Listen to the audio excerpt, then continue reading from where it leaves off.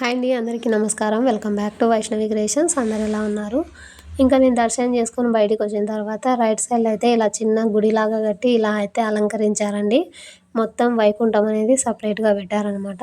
ఇక్కడ అమ్మవారు చాలా అంటే చాలా బాగా అనిపించింది నాకైతే కనుక. మొత్తం డెకరేషన్ వచ్చేసి కంకులు, చెరుకులు, చీనికాయలు చాలా వాటితో అయితే డెకరేషన్ చేశారు. నేను లాస్ట్ టైం వెళ్ళినప్పుడు మొత్తం ఫ్లవర్సే, అసలు భూమి మీద ఉండే ఫ్లవర్స్ అన్నీ ఇక్కడే ఉన్నాయా అన్నట్లు చేశారనమాట. నిజంగా నాకైతే వేరే లోకంలో ఉన్నాను అన్నంతగా అనిపించింది లాస్ట్ టైం వెళ్ళినప్పుడు. లాస్ట్ టైం పూలతో అయిందన ఆ లుక్ వేరొచ్చింది, ఈసారి ఈ లుక్ వేరొచ్చింది. ఈసారి కూడా చాలా బాగుంది. ఇది నేను సెకండ్ టైం వెళ్ళడము. నేనైతే అందరికీ ఒకటే చెప్తానండి, ఎవరన్నా వెళ్ళింటే ఓకే, కానీ ఒకవేళ ఎవరన్నా వెళ్ళని వాళ్ళు ఉంటే కనుక తప్పకుండా ఈ ఇయర్ ట్రై చేయండి. అంటే ఇయర్ ఎండింగ్లో మళ్ళీ ముక్కోటి వస్తుంది కదా, సో అప్పుడైతే ట్రై చేయండి. మనకి వైకుంఠం అనేది ముక్కోటి రోజు మాత్రమే ఉండదు. ముక్కోటి అయిపోయిన తర్వాత 9 days ఉంటుంది, మొత్తం 10 days ఉంటుంది.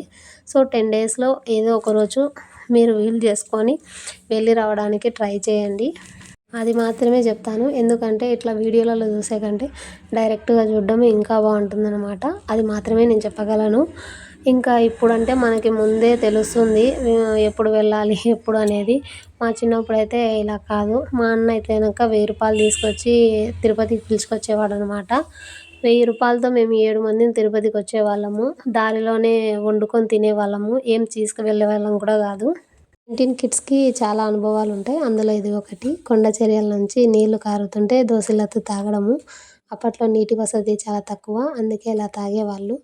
ఇలా ఎవరన్నా దోసిళ్ళతో కొండ చర్యల నీళ్ళు తాగింటే కామెంట్ చేయండి, సబ్స్క్రైబ్ చేసుకోండి. ఇంకో వీడియోతో మళ్ళీ కలుద్దాం.